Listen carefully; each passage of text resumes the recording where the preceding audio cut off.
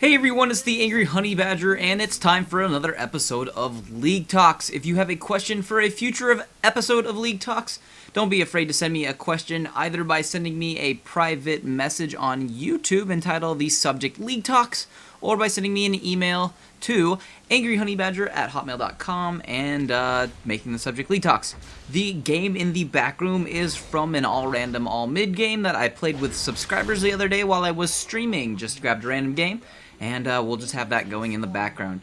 The first question that we have today for League Talks comes from someone. I think they sent this a little while ago. I'm kind of backlogging through all of my League Talks, but their question is, I'm pretty new to League of Legends, and I have a problem. When I get 3200 IP, I don't know if I should buy runes or another champion. I only have about 25 champions and only one rune page.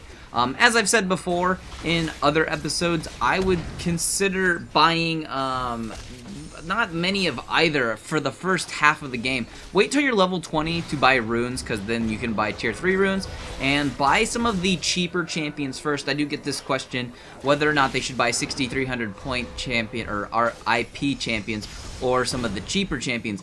I recommend the cheaper ones. It's not that they're worse, it's just that they're cheaper or older. So buying some of the older champions is a better way to get more champions available for you to use. I know there are a ton of good champions at cheaper amounts of IP. Garen's down there, Annie's down there. There's a lot of good other champions down there if you want to try some Master Yi. He's down there. Soraka's a good support who's down there that's cheaper. There's a lot of champions that are affordable and very good. Don't always have to buy the 6300 point IP champions. That's kind of the way my store looks like for the most part. All the champions I don't own for the most part are 6300 IP, and they are the last champions that I will consider buying. My next question comes in from the 92nd Element. He asks, what is a good jungler that can do dragon early? There are a handful that can do it early. I'd say the biggest thing that you need to have while trying to take an early dragon is at least a Wiggles Lantern. That's going to definitely make it a lot easier to take, because you'll have that lifesteal and you'll have its passive where you'll deal the extra damage to the minion. So one of my favorite junglers to take an early Baron is, in fact, Trundle, because his bite is on such a short cooldown and the damage that it does give you over time, and because of just kind of the way Trundle's made, also with his, what's his other ability? His W. Can't think of the name of it for some odd reason. When you throw that down, you get your increased attack speed. So with all that lifesteal, increased attack speed, and your bite, and because of his passive when you're done with it, you're able to take Dragon. If you have a Lantern by level 5, you can go take it at level 5. So he can do a pretty early Dragon. He's probably one of my favorites for doing it. There are obviously a few others that can do it, but I'd say probably my favorite for taking an early Dragon would definitely be Trundle. A lot of people don't do it. Warwick can probably do it quite easily as long as he's got a blue buff. And there's a few others that can do an early Dragon, but definitely Trundle's pretty easy to do it with. The next question for League Talks I have today is, what is your best advice to a person who is getting ready to play ranked? My first thing I would suggest is, and I know a few people have different opinions on this, is I would suggest if you're going into solo queue ranked, you need to know how to play every position and a couple champions at every position in case they get banned or in case you don't get a role that you don't want to play.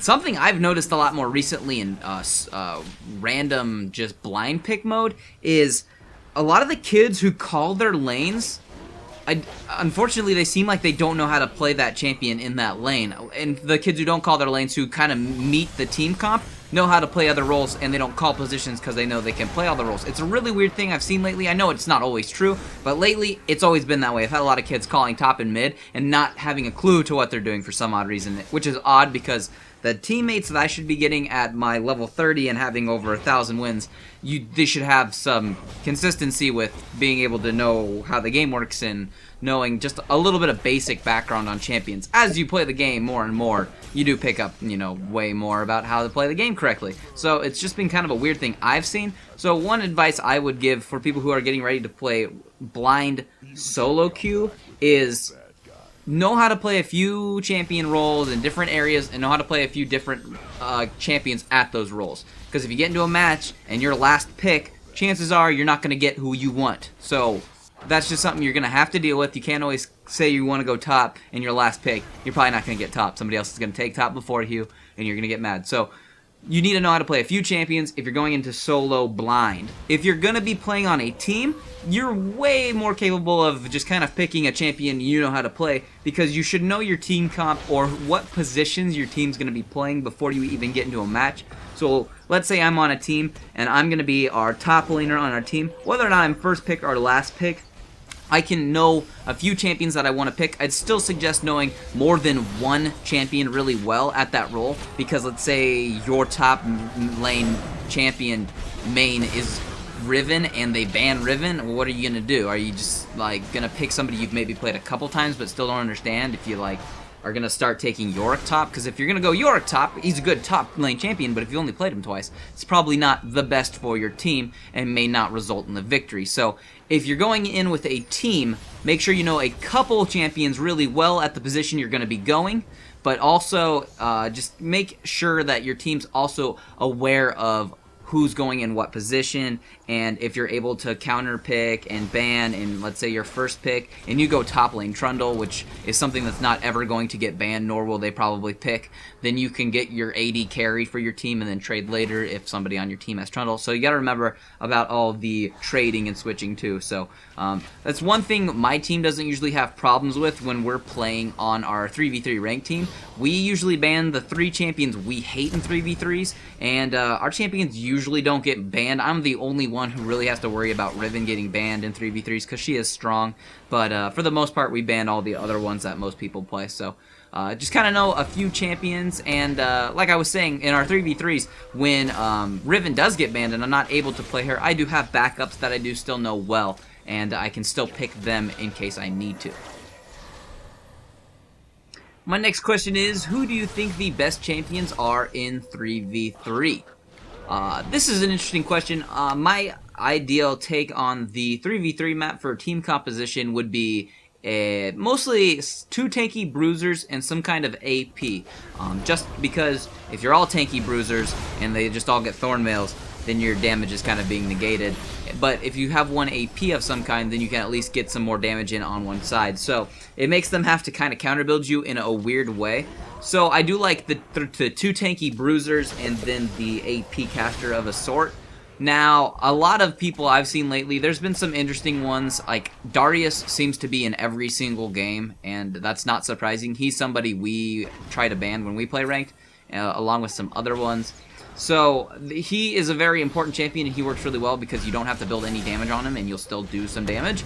So there's that to consider. Jax is really good. I think Riven's really good for tanky bruisers. I've seen other people. I see a lot of people picking Malphite, and Malphite is good, but I don't think he has quite enough damage. He does get really tanky, but I mean, if you can shut down the other 2 on their team and there's only a Malphite left, obviously he's not going to be able to do enough damage to kill the other 3. So I've seen a lot of Teemo lately. Teemo is an interesting choice that I think can work well if you want to use him as kind of your AP. We like to use Katarina a lot. She can get CC'd out of her ultimate quite easily, but if you have the right composition on your team, and if you're all playing smart and coordinating, she can work really well. So there's a lot of weird stuff you can go with, but for the most part, I think 2 tanky bruisers and an AP caster work really, really well. I don't think there's a need for AD carries, although I have seen a lot of teams trying to use Vayne because of her true damage that she can stack. So if they build her with a lot of attack speed and try to get the true damage off to kill people that way. I've seen Vaynes with Shens and with other support-ish type kind of bruisier tanks, and they try to get her to do all their damage. But if you can get to Vayne and shut her down, then there's not a lot the rest of the team can do. I've been in some interesting ones though where Vayne can be really good because of kind of her weird mobility and her ultimate and that true damage. So, but other than that, a lot of the AD carries don't really seem to hold their place in a tanky bruiser scenario because most of the tanky bruisers have gap closers and you can get to AD carries quite quickly and kill them incredibly fast. So they're not really too important. Same with supports. Don't really need supports in 3v3s. Full-blown tanks can work in the cases of Mundo because he does deal damage, and Shen because he can deal the damage if he needs to.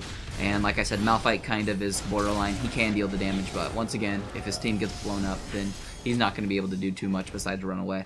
But Other than that, there's not a lot of other weird choices. I just mostly agree with the tanky bruisers and the AP caster. I like to run Victor if I have to do the AP caster role. I know some people like doing Galio. There's other good ones too. Annie seems to work fairly well, and a few other champions I have seen, but for the most part, there's a lot of tanky bruisers in 3v3s, so that is kind of the more important role that we see. That's going to be it for this episode of League Talks. Don't forget to send me your questions if you have them, but other than that, I'll just see all of you guys in the next video.